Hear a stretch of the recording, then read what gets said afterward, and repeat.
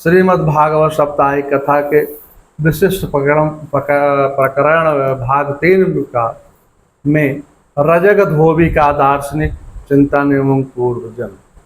श्रीमद्भागवत के 10वें स्कंद के 41वें अध्याय में वत्सासुर का चरित्र का वर्णन किया गया है। एक दिन भगवान श्री कृष्ण के अंतिम प्रहर में बलराम जी एवं ग्वाल वालों के साथ मथुरा नगरी को देखने के लिए राजमार्ग से जा रहे थे। उसी समय उन्होंने एक धोबी को देखा कि रंगरेज का काम करता था। भगवान ने उसे साधिकार भांजे का अधिकार समझ करके पहनने के योग्य नवीन वस्त्र मांगे, परंतु वह मदोमत धोबी बड़े अशिष्टता से दुर्व्यवहार करता हुआ भगवान से अपमानित भाषा में बोला, अरे वन में रहने वाले जंगलियों, तुम्हें राजकीय उत्तम वस्त्र मांगते हुए शर्म नहीं आती है? यहाँ से भाग जाओ, अन्यथा राजा तुम्हें पकड़ करके कारागार में बंद कर देंगे। राजकस्य कारग्रहणम शिरम करवादत पातयत। राज की धोबी के ऐसे कट एवं शोभनीय वचन सुन करके भगवान श्री कृष्ण ने हाथ में तलवार लेकर ऐसा प्रहार किया कि उसका सिर कट करके पृथ्वी पर गिर पड़ा।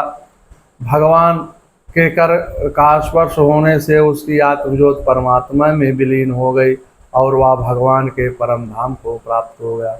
इसका दार्शनिक चिंतन इस कथानक में रजक धोबी पापी इंद्रियों का प्रतीक है। जो इंद्रियां जीवन काल में अक्षय पाप करती हैं, उसे परमात्मा अंतिम समय में दंड देते हैं।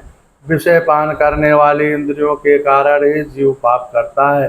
गीता में कहा है, इंद्रियाणां ही चरितां यनमोऽनुविधीयते तदस्य हरिति प्राज्ञा वायुवाभ्यासम्। गीता के दूसरे अध्याय का 67वां अध्याय। विषय पान करने वाली मन को अपना अनुगामी बना लेती है। उस जीव का मन नौका की वायु की तरह बुद्धि हरण कर लेती है। विषयों में सर्वथा इंद्रियों के विषयों में सर्वथा वश में की हुई उसकी बुद्धि है। अर्जुन, जिस मनुष्य की इंद्रियों के विषयों में सर्वथा वश में की हुई उसकी बुद्धि स्थिर होती है, उसी बुद्धि से परमात्मा का प्रकाश जीवन में आता है। भगवान श्री कृष्ण कहते हैं कि अपनी निर्मल बुद्धि एवं मन को मेरे में लगाइए। सात्विक मन में ही परमात्मा दिखाई देते हैं। जिसके मन में छल छिद्र कपट होता है, उस जीव को परमात्मा आँख नहीं मिलाते, उस जीव से परमात्मा आँख नहीं मिलाते, उसको नहीं प्राप्त होते हैं। बाबा तुलसीदास इसी भाव को श्री रामचरितमानस में लिखते हैं, निर्मल मन जन सो मोहि पावा, मोहि कपट छल छिद्र न भावा। भगवान ने पूतना से आंख नहीं मिलाई और नेत्र बंद कर लिए, क्योंकि पूतना के अंदर कपट छल छिद्र भरा हुआ था। पूतना वासना का ज्ञान ही स्वरूप है, अज्ञान का ही स्वरूप है।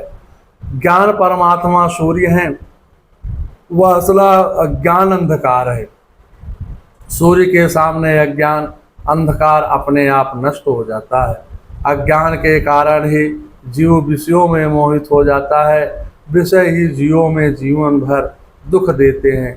गीता में भगवान श्री कृष्ण कहते हैं, ध्यायतो विषयांशु पूज्यते सांगस्तुम संजायते कामात् क्रोधम अभिजायते। गीता के दूसरे अध्याय का 58वां श्लोक।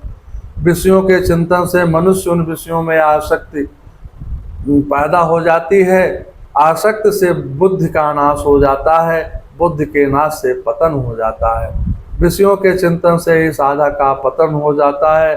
श्रीमद् भागवत के पठन 6वें स्कंद के प्रथम अध्याय में अजामिल के चरित्र में बताया गया है कि अजामिल ब्राह्मण ने एक बार काम क्रीड़ा करते हुए वैश्य के कामोद्रित भरे हुए अंगों को देखा। जिसको देख करके अजामिल की आंखें और मन दोनों बिगड़ गए और उसका पतन हो गया। इसी प्रकार रामायण के अंतर्गत, रामायण में जगत जननी सीता को काम भावना से, रावण ने काम भावना से देखा और मन दूषित हो गया। अज्ञान होते हुए रावण का भी पतन हो गया। पाप आंख और कान के द्वारा मन में प्रवेश करता है और परमात्मा भी इन दोनों रास्तों और कान के द्वारा अंदर हो जाते हैं। परमात्मा अंतिम समय में अतिशय पापी इंद्रियों को दंड देते हैं। अशिष्ट भाषा और कटुवचन बोलने से जीवा भी अपवित्र हो जाती है। किसी को भी अब शब्द नहीं बोलना चाहिए। रसना रसना तो वो ही भली जो सुमिरे हरि नाम, वाड़े क्या समलंग करो पुरुषम या संस्कृता धार्यते। भातिहर और संत की वाणी से इंद्रियां विषय रसपान से नहीं, भक्ति रस पान से पुष्ट होती हैं। यही इस चरित्र का सारांश है। रजक धोबी का पूर्व जन्म। गर्ग संहिता के अनुसार यह रजक धोबी अयोध्या में रहता था। इसने जगत जननी सीता के बारे में श्री राम जी को कुछ कटु वचनों का प्रयोग किया। श्री राम ने लोकोपवाद एवं मर्यादा का पालन करते हुए सीता जी का परित्याग कर दिया। भगवान श्री राम ने रामावतार में उसे दंडित करना उचित ना समझा। यही रजक धोबी द्वारा मथुरा के नगरी में रजक धोबी बना। दीन वत्सलता भगवान श्री राम ने उसे कटु वचन जन्य दोष की निवृत्ति के लिए स्वयं अपने हाथ से दंड दिया।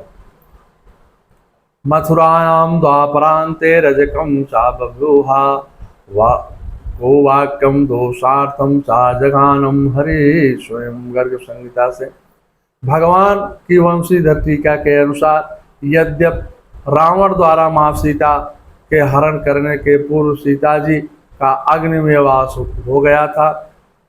रावण ने माइक सीता का हरण किया था, माने माया के सीता का हरण किया था। यह रहस्य रजक धोबी को नहीं पता था। मिथ्या कलंक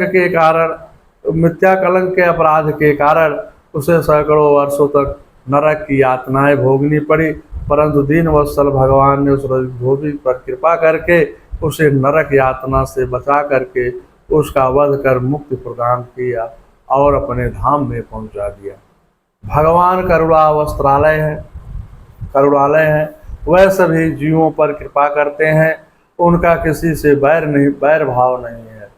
सभी जीवों का उनके कल्याण के लिए ही उनका वध करते हैं। भगवान राक्षसों को मारते नहीं हैं, तारते हैं। उनके मारने से सभी जीव का कल्याण होता रहता है। ओम मंगलम भगवान विष्णु मंगलम गरुड़ाध्वजा मंगलम पुंडरीकाक्षाय मंगलाय तनोहरि।